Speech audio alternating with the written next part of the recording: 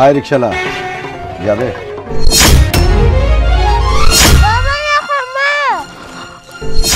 না না আমাজান, এটা তোমার মা না, এটা অন্য মানুষ। চাচা মিয়া আমি যাবো না। এই ছোট লোকেরা, একটু আগে বললি তুই যাবি আর এখন বলছিস তুই যাবি না কেন? কারণ কি? চাচা মিয়া হয়েছে কি, মাইয়াডারে খাওয়াইতেছি তো একটু সময় লাগবে। আপনি এক কাজ করেন না, অন্য রিক্সা দেখেন। আরে অন্য রিক্সা তো নাই, সেই জন্যই তো আমি তোকেই বলছি। না চাচা মিয়া, আপনি সামনে যান, আমি যাইতে পারুম না। আচ্ছা, এই ছোট লোকটার সাথে এত কথা বলার কি আছে? হ্যাঁ, দেখতেই তো পাচ্ছ ও যাবে না বলছে, কেন জোর করছো? চলো তো আমরা এখান থেকে যাই। এসো।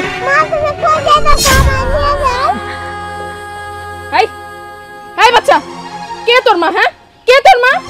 কি সব বস্তির ছেলে মেয়েগুলো, মানে মেয়ে মানুষ দেখলেই, মানে বড় লোক দেখলেই আর কি শেখানো, সবকিছু শেখানো। এই যে লোকটা আছে না, এই বাচ্চাটাকে ইউজ করছে, ওকে শিখিয়ে দিয়েছে বড় লোক মানুষ দেখলে মা বলে ডাক দিতে। আর একবার তুই মা বলে ডাকবি না। আর এই যে আপনার মেয়েকে আপনি সামাল দিয়ে রাখতে পারেন না, রাস্তায় মানুষ দেখলে কি মা বলে ডাকতে ইচ্ছে করে নাকি? হ্যাঁ, ছোট লোক কোথাকার।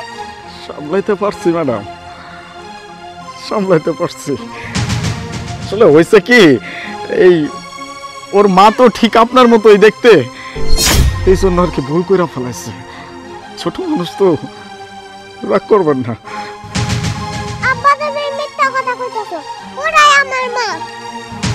কি ব্যাপার, এই বাচ্চার কথা কেন তুমি দাঁড়িয়ে দাঁড়িয়ে শুনছো? এসো তো।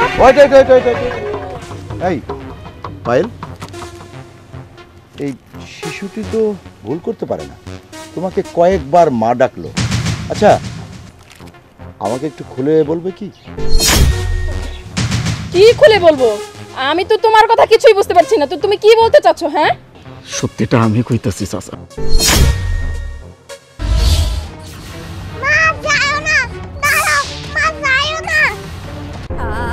কি হইছে? তুমি ওর লগে এরকম আচরণ করতেছো কার? তোমার হাতে ব্যাগ, কই যাইতেছো? কই যামু আবার? তোর সংসার ছেড়ে চলে যাইতাছি। তোর মতো পোলার সংসার আমি করবো না। এই কি কইতাছো তুমি? এগুলা সংসার করবা না মানে কই যাইতাছো? আরে ছোট্ট একটা শিশু আছে, আমার ঘরে বাচ্চা আছে, তুমি কি ভুলে যাইতাছো? তুমি এই সংসার ছেড়ে চলে যাইতাছো মানে? জাহান্নামে যামু। আমি কই যামু না যামু সেটা আমার ব্যক্তিগত ব্যাপার। তোর মায়ের নিয়ে তুই এই বাড়িতে থাক। তোর সাথে যদি আমি আমার সারা জীবন কাটাই না, আমার জীবনটা পুরো নষ্ট হয়ে যাইব। তোর সাথে থাকার পর থেকে আমার জীবন অশান্তি লাগাই রইছে। না পারস ভালো মন্দ খাওয়াইতে, না পারস ভালো মন্দ পড়াইতে। তোর সাথে সংসার করে আমার কি লাভ? হ্যাঁ, এই অভাব অনটনের মধ্যে আমি দিন কাটাইতে পারবো না। আমার নিজের সুখের জন্য আমি সবকিছু করতে পারি, তোর সংসার আমি করবো না। এই যে আমি চলে যাইতাছি। পাগলের মতো কথা কইও না, আমার ঘরে একটা সন্তান আছে, আমাকে মাইয়া আছে। দেখো, আমি তোমার অনেক ভালোবাসি। কিসের অভাব অনটন? যত অভাবই থাকুক না কেন, তুমি আমার কাছে যেইটা চাও আমি তোমার সামনে হাজির করে দিই। দেখো, এরম করো না, পাগলের মতো এরম করো না। সমাজ ভালো কইবো না, মানুষ ভালো কইবো না। আর আমার তো সন্তান আছে, এই মাইয়াটার কথা একটাবার ভাবো। মায়ের কথা আমার চিন্তা করতে হইব না, মায়ের কথা চিন্তা আপনিই করেন। এই সংসারে আসার পর থেকে এই সান্ত্বনা শুনতে শুনতে মায়েরা বড় হয়ে যাইতাছে। আপনি কোনোদিন শুধরাইবেন না। আমি কইছি সংসার করবো না তো করবো না।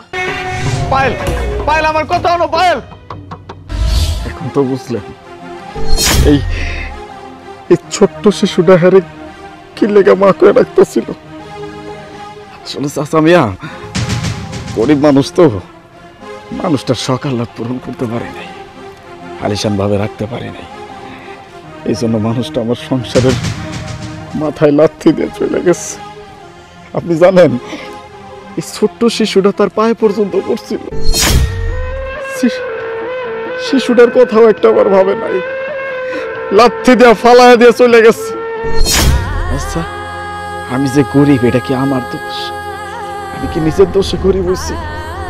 উপরওয়ালাই এখন আমার গরিব বানাইছে, আমি কি করব? আমি কিন্তু চেষ্টা কম করিনি। এই মানুষটা যখন যা চাইছে আমি তার সামনে হাজির করার চেষ্টা করছি। রিক্সা চালায় যতটুকু পারছি, আমার সামর্থ্য যতটুকু কুলাইছে, আমি চেষ্টা করছি মানুষটারে ভালো রাখার। আমি ভালোবাসছি। এই আমাকে ভালোবাসার ফসল হইতেছে আমার এই মাইয়াটা। এই মাইয়াটার কথাটা একবার চিন্তা করে নাই। মায়ের গো নাকি অনেক মায়া মমতা থাকে। কই, আপনার ভিতরে তো আমি কোনো মায়া মমতা দেই নাই। এই বাচ্চাটা যখন আপনার পায়ে পড়ছিল তখন আপনার মায়া মমতা একটা বড় কাজ করলো না, আপনার বিবেকটা একটা বড় কাজ করলো না। যে আমি এই ছোট্ট সন্তানটারে রেখে কই যাইতেছি? হ্যাঁ, কেমনে পারছেন আপনি? যাক, আপনি যখন পারছেন আমার কোনো আফসোস নাই। আমার মাইয়াটার লেগে আমি একলাই যথেষ্ট। এই এই আপনি একদম চুপ করুন তো, আর একটা কথাও বলবেন না। তুমি বিশ্বাস করো, এই লোকটা যা বলছে সবকিছু মিথ্যে। ব্যাস, আর আমাকে বলতে হবে না। আমার আগের স্ত্রীটা মারা যায়, তারপর কিন্তু আমি অসহায় হয়ে যাই। আমাকে দেখাশোনার জন্য, আমাকে একটু সেবা করার জন্য, আমার পাশে থাকার জন্য কোনো মানুষ ছিল না। আমার টাকা পয়সা, ব্যাংক ব্যালেন্স, মিল, ফ্যাক্টরি কোনো কিছু কিন্তু অভাব নাই। অভাব শুধু একটা মানুষের, সেই মানুষটা আমার পাশে থাকবে সবসময়, আমাকে খেয়াল রাখবে। আমার এখন বয়স হয়ে গেছে।